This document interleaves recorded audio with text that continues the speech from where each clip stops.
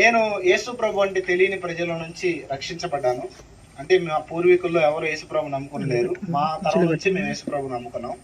అయితే మేము ఎందుకు సంవత్సరానికి కానీ 15 రోజులకు కానీ అప్పుడు మారు మనసు పొందకముందు పెట్టుకునేవాళ్ళం అంటే, చచ్చిపోయిన తర్వాత ఆత్మ 15 రోజులు తిరుగుతుంది, తర్వాత మరలా సంవత్సరానికి ఒకసారి వస్తుంది, వచ్చి చూస్తూ ఉంటుంది. కాబట్టి కొంతమంది ఇది చేయకపోతే కీడు వస్తుందని చేస్తారు. అయితే ఖచ్చితంగా మనం క్రైస్తవులం కాబట్టి మనకి ఇట్లాంటి సెంటిమెంట్స్ కానీ ఇట్లాంటి ఫీలింగ్స్ లేవు. ఒకవేళ కనుక మీలో ఎవరిలో ఉంటే ఖచ్చితంగా దయచేసి పిలుపునిస్తున్నారు, మీరు మతంలో ఉన్నారు కానీ మార్గంలో లేరు. ఎందుకు ఈ విషయం చెప్తున్నానంటే, క్రైస్తవునికి ప్రతిదీ కూడా ఒక పాఠం. ఏంటది? మనం పెట్టుకునే చిన్న కూటం దగ్గర నుంచి పెట్టుకునే బహిరంగ సభల వరకు కూడా వాటి నుంచి కనుక మనం పాఠం నేర్చుకునే వారిగా లేకపోతే ఖచ్చితంగా నేను చెప్తున్నాను, మీరు మందిరానికి రావడం కూడా అనవసరం. ఎందుకు నేను ఈ విషయం చెప్తున్నానంటే, మతంలో ఆచారాలు ఉన్నాయి, మతం మనిషిని రక్షించాల, మతంలో అనేకమైన అభిప్రాయాలు ఉన్నాయి, కానీ మార్గంలో ఏ ఆచారాలు ఏ సాంప్రదాయాలు లేవు. అన్ని జనులుగా వచ్చిన మేము అన్నిటిని విడిచిపెట్టి యేసు ప్రభు కొరకు వాక్యానుసారంగా నిలబడుతున్నాం. కానీ విచిత్రమైన విషయం ఏంటంటే, యేసు ప్రభు నమ్ముకున్నాం అనే పేరుతో చాలా మంది ఏం చేస్తారు తెలుసా, మరలా అన్యాచారాల వైపు వెళ్ళిపోతున్నారు. ఎందుకు నేను ఈ విషయాన్ని చెప్తున్నానంటే, మనం మిశ్రిత జనంగా ఉండకూడదు. ఉంటే వెచ్చగానే ఉండాలి, అవునా కదా? కానీ మన వాళ్ళు ఏం చేస్తారు తెలుసా, రెండు కావాలి మనకి. ఇక్కడ మందిరానికి వస్తూ ఉంటారు, అక్కడికి వెళ్ళి ముహూర్తాలు పరిగెత్తూ ఉంటారు. ఏమనాలో కూడా అర్థం కాదు. మనం నమ్మింది సత్యం, మన దేవుడు సత్యమైన దేవుడు. కాబట్టి మనం చేయాల్సిన పని ఏంటంటే, సత్యమును మాత్రమే అనుసరించాలి. దేన్ని అనుసరించాలి? ఏ మతం మనిషిని రక్షించాలా. యేసు ప్రభు నేను మతాన్ని స్థాపించడానికి వచ్చానని చెప్పలేదు, మార్గాన్ని స్థాపించడానికి వచ్చానని చెప్పాడు. సరే, ఈ విషయాలు పక్కన పెడితే ఇది ఉపోద్ఘాతం ఇప్పుడు వరకు చెప్పింది. పాస్టర్ గారు ఇందాక ఒక మాట చెప్పారు. ఆ మాట ఏంటంటే, ఎందుకు చేస్తున్నాం అనేది తెలుసుకోకపోతే కనుక మనకు ప్రయోజనం లేదు అని చెప్పారు. ఇందాక మాట్లాడతాం. ఇప్పుడు చాలా మందిలో ఒక అవగాహన అనేది లేదు మరణం పట్ల. నేను ఒక సహోదరుడు ఒకసారి మాట్లాడుకుంటూ ఒక ప్రశ్న వేశాను తనకి. ఏంటంటే, దేవుడు ఏదైనా తోటలో అవ్వ ఆదాంకి పండు తినొద్దు అని చెప్పాడు, ఒకవేళ తింటే మీరు చస్తారు అని చెప్పాడు. ఏమవుతారని చెప్పాడు? ఇప్పుడు నాకు వచ్చిన ప్రశ్న ఏంటంటే, ఏదో ఒకటి చెప్పొచ్చు కదా, చస్తావని ఎందుకు చెప్పాడు? మరణాన్నే దేవుడు ఎందుకు పెట్టాడు? చాలామందికి అవగాహన ఉండదు. మందిరానికి రావటం, వాక్యాన్ని వినటం, వెళ్ళిపోతే ఖచ్చితంగా మనకి ఏ ప్రయోజనం లేదు. మన భక్తి ఎందుకు చేస్తున్నాము, దాని విధానాలు ఏంటని తెలుసుకోకపోతే మనం నిష్ప్రయోజనమైన భక్తి చేస్తున్నాం. ఈ విషయం నాకు ఆలోచన వచ్చినప్పుడు మనవాడిని అడిగాను నేను. మనోడు కూడా సేవ చేస్తున్నాడు అనమాట. అడిగితే మనోడు ఏమన్నాడు తెలుసా, భూమి మీద కనుక చావు దేవుడు పెట్టకపోతే భూమి పెరిగిపోద్ది, భూమి చాలదో, అందుకే దేవుడు ఏం చేశాడంటే చావు పెట్టాడని చెప్పాడు. ఇది ఎంత కామెడీగా ఉందో చూడండి. ఈరోజు మనకి ఈ ప్రశ్నకి సమాధానం తెలుసా తెలీదా? ఒకవేళ తెలియకపోతే ఈ రాత్రి నేను చెప్తున్నాను, దేవుడు ఏ మనిషిని కూడా మరణించాలని పుట్టించలేదు భూమి మీద. దేవుడు మనిషిని ఎలా చేశాడంటే తన పోలికలో తన రూపంలో చేశాడు. ఎలా చేశాడు? దేవునికి మరణం ఉందా? మనకు కూడా మరణం లేదు, ఇప్పుడు కాదు, అప్పుడు చేసినప్పుడు. అయితే మనిషి తన అవిధేయత వలన మరణాన్ని తెచ్చుకున్నాడు. అయితే ఆ మరణాన్ని కూడా దేవుడే ఇచ్చాడు. మరణం ఎక్కడి నుంచి పుట్టింది? సైతాన్ నుంచి పుట్టిందా? పాపం నుంచి పుట్టిందా? మరణం ఎక్కడి నుంచి పుట్టిందంటే దేవుని నోటి నుంచి పుట్టింది. అవునా కదా? దేవుడే మరణాన్ని ఇచ్చాడు. ఎందుకు దేవుడు మరణాన్ని ఇచ్చాడు తెలుసా? మనిషి పాపం చేసి మనిషి కనుక మరణించకపోతే జరిగే విషయం ఏంటంటే, భూమి మీద పాపం విస్తరిస్తూనే ఉంటుంది. భూమి మీద మనిషి అనేవాడు జీవిస్తూనే ఉంటే భూమి అంతా కూడా ఇంకా అన్యాయంతో అక్రమాలతో నిండిపోతుంది. అందుకే దేవుడు ఏం చేశాడు తెలుసా, ఒక ఫుల్ స్టాప్ పెట్టాడు. దాన్నే మరణం అంటారు. మరణం అనేది ఖచ్చితంగా మన జీవితానికి ఎండ్ కాదు. ఏం కాదు, మరణం తర్వాత మనకు ఖచ్చితంగా ఇంకో జీవితం ఉంది. చాలా మందికి ఏం తెలుసు అంటే పరలోకం ఉందని మాత్రమే తెలుసు. కానీ మీకు ఒక విషయం తెలుసా, దేవుడి యొక్క అల్టిమేట్ గోల్ ఏంటంటే, బైబిల్ ఏం చెప్తుందంటే, ప్రతి ఒక్కరికి అంటే దేవుడు ఒక నిర్ణయాన్ని పెట్టాడు, ఎంతమంది పుట్టాలి భూమి మీద అని. అంతమంది పుట్టిన తర్వాత జరిగే ఒక విషయం ఏంటి తెలుసా, ఈ ప్రకృతి పంచభూతాలన్నీ లయమైపోతాయి. ఏమవుతాయి? పేతురు రాసిన పత్రికలు చదివితే మీకు అర్థమైంది. ఈ పంచభూతాలన్నీ లయమైపోయినప్పుడు దేవుడు ఏం చేస్తాడంటే మీ అందరినీ పరలోకంలో పెడతాడా? పరలోకంలో పెట్టడం. దేవుడు ఏం చేస్తాడు తెలుసా, మరలా కొత్త ఆకాశం కొత్త భూమిని తయారు చేస్తాడు. ఎందుకు తయారు చేస్తాడు? మన పరలోకం ఉన్నప్పుడు అంటే పరలోకంలో పెట్టడానికి కాదు మనల్ని.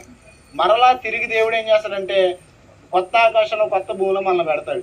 అయితే కొత్త ఆకాశం కొత్త భూములు ఎవరు ఉంటారంటే, ఖచ్చితంగా చెప్తున్నాను, నీతి న్యాయాలు కలిగిన వారు మాత్రమే ఉంటారు. ఏం కలిగిన వాళ్ళు? మీకు మాట చెప్పనా, చాలా మంది ఈరోజు క్రైస్తవ్యాన్ని అన్యత్వాన్ని మిక్స్ చేస్తారు. ఎందుకు మిక్స్ చేస్తారని చెప్తానంటే, బయట లోకంలో మతాలను అనుసరించే వ్యక్తులు ఏం చేస్తారంటే వాళ్ళ అవసరతల కోసం వెళ్ళి మొక్కుతారు. ఏం చేస్తారు? ఖచ్చితంగా నేను ఒక స్టేట్మెంట్ చెప్తున్నాను, వినండి, గుర్తుపెట్టుకోండి. క్రైస్తవ్యం అంటే యేసు ప్రభువుని మొక్కడం కాదు. ఒకసారి నా వెనకాల చెప్పండి, గుర్తుంటది. క్రైస్తవ్యం అంటే యేసు ప్రభువును మొక్కడం కాదు. మరి ఏంటి క్రైస్తవ్యం అంటే? అసలు మందిరానికి ఎందుకు వస్తున్నాం మనం? క్రైస్తవ్యం అంటే ఏంటో తెలుసా? క్రీస్తు పోలికలోనికి మార్చబడటం. యేసు ప్రభు భూమి మీదకి వచ్చింది నీ కొరకు నా కొరకు ప్రాణాన్ని పెట్టింది నిన్ను నన్ను భజన చేసే భక్తుడిగా చర్చిలో కూర్చోబెట్టడానికి కాదు. దేనికి తీసుకొస్తున్నాడు తెలుసా? నిన్ను నన్ను మందిరానికి, ఆయన పోలికలోనికి, ఆయన స్వరూపంలోనికి మార్చడానికి. కానీ ఈరోజు మనం ఏం చేస్తున్నామో తెలుసా? వచ్చి మన అవసరాల కోసం మొక్కే వారిగా మాత్రమే ఉంటున్నాం. ఖచ్చితంగా గుర్తుపెట్టుకోండి, ఈ లోక భోగాల కొరకైతే, ఈ లోక సంబంధం వాటి కొరకైతే దేవుని మొక్కాల్సిన పని లేదు. మీరు అనొచ్చు విచిత్రంగా, యెహోవా ఆశీర్వాదం ఐశ్వర్యం ఇచ్చినండి, దేవుడు కలిమి సంపాదిస్తానన్నాడు కదండి, మరి దేవుడి దగ్గరికి వీడి కోసం రాకపోతే ఇంక దేనికోసం వస్తాడంటే, నేను ఒక మాట చెప్తాను వినండి. ప్రపంచంలో 2 వర్గాల ప్రజలు ఉన్నారు. ఎన్ని వర్గాలు? 2 వర్గాలు ఏంటి? బోల్డ్ మంది ఉన్నారు అనొచ్చు. 2 వర్గాలు ఎవరో చెప్తా వినండి. ఒకళ్ళు ఆస్తికులు, 2 నాస్తికులు. ఎంతమంది అంటే? ఏ మతస్థులైనా సరే, ఆస్తికుడు అంటే దేవుడు నమ్మేవాడు, నాస్తికుడు అంటే ఇప్పుడు దేవుడు నమ్మేవాడికి కలిసి వచ్చిద్దని, డబ్బులు వస్తాయని, పిల్లలు పుడతారని, పెళ్ళిళ్ళు అవుతాయని, రకరకాలు ఇవన్నీ పెట్టుకున్నాం అనుకోండి. మరి దేవుడు నమ్మనోడికి ఎక్కడి నుంచి వస్తున్నాయి ఇవన్నీ? దేవుడు నమ్మనోడికి పెళ్ళి అవుతుందా? అవట్లేదు కదా. అవట్లేదా? నాస్తికులు పెళ్ళిళ్ళు అవ్వట్లేదా? పిల్లలు పుట్టట్లేదా? నాస్తికులు ఈ లోక భోగాలు అనిపించట్లేదా? ఈ లోక భోగాల కొరకైతే దేవుని దగ్గరకు రావాల్సిన పని ఖచ్చితంగా లేదు. ఈ దేవుని దగ్గరికి ఎందుకు రావాలంటే నీ జీవితం ఆయనలాగా మార్చబట్టడానికి రావాలి. దేనిలాగా? మీకు ఖచ్చితంగా చెప్తున్నాను, మీరు కనుక ఆయన పోలిక కనుక మార్చబడకపోతే మీరు పరలోకం వెళ్ళరు. అంటే ఒక్క రోజులో వచ్చేస్తుంది అది. తిమోతి రాసిన పత్రికలో, అంటే సమయం లేదు కాబట్టి తీపించట్లేదు, అందరికి వాక్యం తెలుసు కదా. పౌలు గారు తిమోతికి ఏం చెప్తాడంటే, దైవభక్తి విషయంలో నీకు నువ్వే సాధకము చేసుకో అని చెప్తాడు. ఏం చెబుతాడు? సాధన అనేది ఒక్కరోజు చేసేదా, డైలీ చేసేదా? ఇప్పుడు మీరు సైకిల్ నేర్చుకుంటున్నారు. సైకిల్ నేర్చుకోవాలంటే ఒక్కరోజు తొక్కేస్తే వస్తుందా? మేమైతే ఇంచుమించు చాలా నేర్చుకున్నాం, పడి లేసి. అవునా కదా? మీలో చాలా మంది నేర్చుకున్నాడు కూడా అలాగే. అంటే సాధన వలన దైవభక్తి వస్తుంది. ఒక్కరోజు క్రీస్తు పోలిక రాదు. మనం ప్రతిరోజు మన జీవితాన్ని సరి చేసుకుంటూ మన అల్టిమేట్ గోల్ ఏమై ఉండాలంటే ఆయన స్వరూపంలోనికి మార్చబట్టం ఉండాలి. కానీ ఈరోజు మనం దేనికోసం వస్తున్నాం తెలుసా? దేవుని కొరకు కాక దేవుడి ఆశీర్వాదాల కొరకు వస్తున్నాం. ఖచ్చితంగా నేను చెప్తున్నా వినండి, వాక్యంలో స్పష్టంగా ఏముందంటే, ప్రభు అని ప్రతి వాడును ఎక్కడికి వెళ్ళాలంట? మనకు వాక్యం బాగా తెలుసు కానీ పాటించడం తెలియదు. ప్రభు అని ప్రతి వాడు పరలోకం ప్రవేశించడు కానీ పరలోకమున్న తండ్రి చిత్తము చేయవాడే పరలోకంలో ప్రవేశిస్తాడు. ఏంటి తండ్రి చిత్తం? ఏంటి అసలు తండ్రి చిత్తం? చక్కగా మన బిల్డింగ్లు కారు కొనుక్కోవడమా? తండ్రి చిత్తం ఏంటో తెలుసా? నీవు నేను ఆయన కుమారుడైన క్రీస్తు స్వారూప్యంలోకి మార్చబడతాం. ఆది అపోస్తులు కూడా దేని కొరకు ప్రయాసపడ్డారో తెలుసా? సంఘం క్రీస్తు స్వారూప్యంలోకి మార్చబడటానికి ప్రయాసపడ్డారు. మీకు వచనం చూపిస్తూ చూడండి, గలతీయులకు రాసిన పత్రిక 4వ అధ్యాయం 19వ వచనం. నా పిల్లలారా, క్రీస్తు స్వరూపము మీ యందు ఏర్పడు వరకు మీ విషయమై మరలా నాకు ప్రసవ వేదన. దేనికి ప్రసవ వేదన పడుతున్నారంట అపోస్తులు? దేనికి ప్రసవ వేదన పడ్డారంటే క్రీస్తు పోలిక మన యందు ఏర్పడటానికి. దేవుడు నా నుండి కోరుకుంటుంది ఏంటంటే మీరు నేను ఆయనలాగా మార్చబడాలని. ఆదాము దేవుని పోలికగా పుట్టి దేవుని స్వరూపంలో చేయబడి దేవుని స్వరూపాన్ని కోల్పోయాడు, దేవుని మహిమను కోల్పోయాడు. యేసు ప్రభు లోకానికి ఎందుకు వచ్చాడు తెలుసా? ఆ కోల్పోయిన స్వరూప్యాన్ని, ఆ కోల్పోయిన మహిమను మరలా తిరిగి పరిశుద్ధాత్మ ద్వారా మనకు అనుగ్రహించడానికి వచ్చాడు. నేను ఇంకో విషయం చెప్పానండి షార్ట్ కట్ లో. యేసు ప్రభు భూమి మీదకి వచ్చారు. వచ్చిన తర్వాత తిరిగి లేచారు చనిపోయి. పాప క్షమాపణ చేశారు కదా, ఉండొచ్చు కదా, అవునా కదా? మరి ఎందుకు ఆయన వెళ్ళిపోయాడు? ఎందుకు వెళ్ళిపోయాడు అని అక్కడ స్పష్టంగా యేసుప్రభు చెబుతారు, నేను ఉండడం వల్ల మీకు ప్రయోజనం లేదు, నేను వెళితేనే కానీ ఆదరణకర్త దిగిరాడు అని చెప్తున్నాడు. ఎందుకు ఆదరణకర్తను దేవుడు మనకు అనుగ్రహించాడు తెలుసా? మనం ఆయన స్వరూపంలోకి మార్చబడటానికి. ఈరోజు చాలా మంది భక్తి జీవితంలో ఒకటి తెలియక దేవుని స్వరూపంలో మార్చబడాలని వారి భక్తి జీవితం అంతా కూడా డబ్బుల కోసం, వాటి కోసం, వీటి కోసం అయితే, రెండవది ఏంటి తెలుసా? తెలిసి క్రీస్తు స్వరూపంలోనికి మార్చబడలేకపోవడం. ఏం చేయకపోవడం? భక్తిగా బ్రతకాలని తెలుసు, న్యాయంగా బ్రతకాలని తెలుసు, యథార్థంగా బ్రతకాలని తెలుసు, దేవునికి ఇష్టమైన వ్యక్తిగా బ్రతకాలని తెలుసు, కానీ చాలా మంది బ్రతకలేరు. అవునా కదా? ప్రార్థన చేయాలని తెలుసు కొంతమందికి, కానీ ప్రార్థన ఎక్కువ కాలం చేయలేరు. వాక్యాన్ని అనుసరించాలని తెలుసు, కానీ అనుసరించలేరు. ఎందుకు కారణం ఏం చెప్పనా? నీ భక్తి నువ్వు చెయ్యాలనుకుంటే ఎంత మాత్రం చేయలేవు. ఏం చేయలేవు? మీకు అర్థం కాక ఒక విషయం చెప్తా. మీరు అనుకోవచ్చు వాక్యాన్ని వింటే భక్తి సరిపోద్దని. వాక్యాన్ని విన్నంత మాత్రాన మనం వాక్యాన్ని పాటించలేము. అద్భుతాలు చూసినంత మాత్రాన అద్భుతాలను బట్టి మన జీవితాలు మారవు. అలా మార్పు చెందగలిగితే ఆది అపోస్తల జీవితాలు యేసు ప్రభుతో ఉన్నప్పుడు మారిపోవాలి. అవునా కదా? పేతురు గారు తెలుసుగా మీ అందరికీ, తోమా గారు తెలుసుగా మీ అందరికీ. ఆ టైంలో మేము పుట్టలేదు అనమాకండి, నేను పుట్టలేదు, కానీ వాక్యం ద్వారా తెలుసు కదా. అయితే వాళ్ళు 3.5 సంవత్సరాలు యేసు ప్రభుతో పరిచర్లో పాల్గొన్నారు, 3.5 సంవత్సరాలు వాక్యాన్ని విన్నారు. వాళ్ళ జీవితాలు మారినాయా? విశ్వాస స్థాయి ఎదిగిందా? యేసు ప్రభుని పట్టుకునే ముందు పేతురు గారు ఏమన్నాడు తెలుసా? నువ్వు మరణానికి అప్పగించబడాలంటే ఫస్ట్ ఎవరిని దాకాలన్నాడు? నన్ను దాకాల. నన్ను దాకంది నేను ఎవడు దాకలేడు అన్నాడు. అట్టంటాడు, పట్టుకోగానే బారిపోయాడు. రెండో విషయం చెప్పనా? ఒక చిన్నపిల్ల నువ్వు పేతురు కదా, నువ్వు యేసుప్రభు శిష్యుడు కదా అంటే తాను తిట్టుకున్నాడు. రెండోది ఏంటంటే అబ్బెబ్బే నాకు యేసుప్రభు ఎవరో కూడా తెలియదు అన్నాడు. తోమా గారు అయితే గాయాల్లో వేళ్ళు పెట్టి చూస్తే తప్ప నేను యేసుప్రభు లెగిసి వచ్చాడని నమ్మనన్నాడు. అంటే వారి విశ్వాస జీవితాలు చాలా అద్భుతంగా ఉన్నాయి, అప్పుడు లేవు. కానీ అలాంటి వ్యక్తులు దేవుని కొరకు బలమైన కార్యాలు చేయగలిగిన వ్యక్తులుగా ఎప్పుడు మార్చబడ్డారు తెలుసా? అలాంటి వ్యక్తులు దేవుడే సజీవుడని ఎప్పుడు అనేకులు ప్రకటించగలిగారు తెలుసా? ఒకటి జరిగినప్పుడు. ఏం జరిగినప్పుడు? పరిశుద్ధాత్మ చేత వారు నింపబడినప్పుడు. పరిశుద్ధాత్మతో నింపబడటం అంటే ఏంటి? కేకలేత్తమా, గోల్ చేయటమా? పరిశుద్ధాత్మతో నింపబడితే జరిగే విషయం ఏంటంటే కేకలేయడం, గోల్ వేయడం కాదు. పరిశుద్ధాత్ముడు ప్రవర్తన మారుస్తాడు, మన జీవితాన్ని మారుస్తాడు. ఆది అపోస్తల జీవితంలో ఎప్పుడైతే పరిశుద్ధాత్మ దేవుడు దిగొచ్చాడో జరిగిన విషయం ఏంటంటే వారి జీవితాల్లో, వారి స్థితిగతులు, వారి అంతరంగాలు మార్చబడినాయి. ఈరోజు నేను ఎందుకు ఈ విషయం చెప్తానంటే, మనం గనక ఆయన పోలికలోనికి మార్చబడకపోతే, మనం గనక ఆయన ఉద్దేశాన్ని జరిగించిన వ్యక్తులుగా ఉండకపోతే ఖచ్చితంగా మన అల్టిమేట్ గోల్ అయిన పరలోకం రీచ్ అవ్వలేం. ఒకవేళ నీ భక్తి నీకు ముచ్చటగా ఉండొచ్చు, నీ భక్తి 10 మంది మెచ్చుకోవచ్చు, కానీ నీ భక్తి కనుక ఆయన ఇష్టకరంగా లేకపోతే అంగీకరించబడదు. ఏమవుదో? అంతే కదా. కొంతమంది భలే విచిత్రమైన మనుషులు ఉంటారు. వాళ్ళు చేసే భక్తి వాళ్ళే మెచ్చుకుంటుంటారు, వాళ్ళే మెచ్చుకుంటారు. పక్కోడి సంగతి అనవసరం, దేవుడి సంగతి అనవసరం. నీకు విషయం తెలుసా? మనుషులు పైరూపాన్ని చూస్తారు, కానీ దేవుడు హృదయ అంతరంగాలు చూస్తాడు. ఎప్పుడైనా సరే నువ్వు నీ భక్తిని నువ్వు మెచ్చుకునేవాడికి ఉంటే, నీ భక్తిని నువ్వు చక్కగా ఉందని అనుకుంటే అది నిష్ప్రయోజనం. వాక్యంతో పోల్చుకున్నప్పుడు నీ భక్తి ఎలా ఉందనేదే ఖచ్చితంగా ప్రాముఖ్యమైన విషయం. ఎందుకు ఈ విషయం చెప్తున్నానంటే, ఎంతటి గనులైనా, ఎంతటి యోధులైనా ఒకప్పుడు ప్రపంచాన్ని జయించిన వారు సైతం ఈరోజు కాలగర్భంలో కలిసిపోయారు. ఈరోజు సమాధిలో పడుకున్నారు వాళ్ళు. ఈరోజు నువ్వు నేను ఎంతటి వ్యక్తులైనా సరే ఈ కూడికను బట్టి తెలుసుకోవాల్సిన విషయం ఏంటంటే, ఖచ్చితంగా మనకు ముందు వెళ్ళిన తల్లిగారు మన జీవితంలో ఒక పాఠాన్ని నేర్పించి వెళ్ళారు. ఏమన్నా తెలుసా? ఆవిడ కూడా ఎంత కుటుంబాన్ని కట్టిందా లేదా? ఎన్నో పనులు చేసిందా లేదా? పిల్లలకి అందా లేదా? కుటుంబాన్ని సాకిందా లేదా? ఈరోజు నువ్వు నేను కుటుంబాన్ని సాకిన పిల్లల కన్నా ఖచ్చితంగా ఇవన్నీ లోకంలో విడిచిపెట్టి వెళ్ళక తప్పదు. కాబట్టి మనం చేయాల్సిన పని ఏంటంటే, ఈ లోకాన్ని విడిచిపెట్టే ముందే ఎక్కడికి వెళ్తున్నామో తెలుసుకోవాలి. వెళ్ళడానికి మార్గాన్ని మనం ఇక్కడే సిద్ధపరచుకోవాలి. బుద్ధిమంతు పరమునకు పోవు జీవ మార్గం గురించి విచారణ చేయనని వాక్యాలు ఉంది. అంటే ఈరోజు నిజంగా మనం బుద్ధిమంతులం అయితే చేయాల్సిన పని ఏంటి? దేని గురించి ఆలోచించాలి? మనం దేని గురించి విచారం చేస్తున్నాం? చాలా మంది విచారం దేనికోసం ఉంటుంది తెలుసా? రేపటి గురించి ఉంటుంది. దేని గురించి ఉంటుంది? విచిత్రమైన విషయం చెప్పనా? ఒకళ్ళకి అమ్మాయి పుట్టింది. లోపల అమ్మాయి పుట్టి అమ్మాయిని పడుకోబెట్టి వచ్చి ఇక్కడ ఏడుస్తున్నారు. అత్త ఏడుస్తుంది, తండ్రి ఏడుస్తున్నాడు. నేను అడిగాను, ఎందుకు ఏడుస్తున్నాడంటే, మీకేం తెలుసా గారు కట్నం ఇచ్చి పెళ్లి చేయాలని ఏడుస్తున్నాడు. అసలు ఏమన్నా బుద్ధి ఉందంటారా? అవునా కదా? ఎప్పుడు పెళ్లి చేయాలి? పుట్టింది ఇప్పుడు. పెళ్ళి ఎప్పుడు? తక్కువ 18 సంవత్సరాలు. ఆ తర్వాత చేస్తే 20 లేదా 25. అప్పుడు అన్ని సంవత్సరాలకు ఇప్పుడు ఏడుతున్నాడంట. ఈరోజు చాలా మంది దేవుడు ఇచ్చిన వాటిని బట్టి సంతోషపడకుండా చేసే పని ఏంటి తెలుసా? లేనిపోని పనికి మళ్ళీ విచారాలు కలిగి ఉంటారు. ఖచ్చితంగా మీ క్వశ్చన్ చెప్పనా? క్రైస్తవునికి లోకాన్ని దేవుడు బానిసగా పెడతాడు. ఏగా పెడతాడు? లోకాన్ని నువ్వు పరిపాలించాలా, ధనాన్ని నువ్వు పరిపాలించాలా. ధనం నీ దగ్గర ఉంటుంది అంతే. ఎప్పుడో తెలుసా? నువ్వు ఆయన దగ్గర ఉన్నప్పుడు. మీకు విషయం చెప్తానండి.